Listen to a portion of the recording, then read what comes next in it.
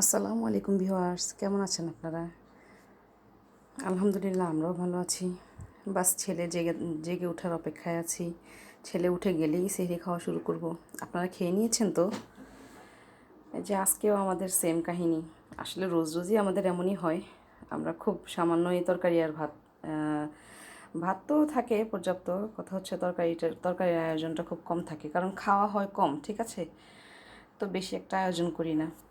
সন্তান হয়ে যাওয়ার পরে মায়েদের আসলে রুচিটাই চেঞ্জ হয়ে যায় সন্তানের খাবারের সাথে সাথে, বিকজ সন্তান যা খায় মায়েরা সেটাই আয়োজন করে। তো রোজ রোজ ছেলের জন্য ঝালহীন তরকারি রান্না করতে করতে এক সময় আসলে আমারও বিরক্ত লেগে যায়।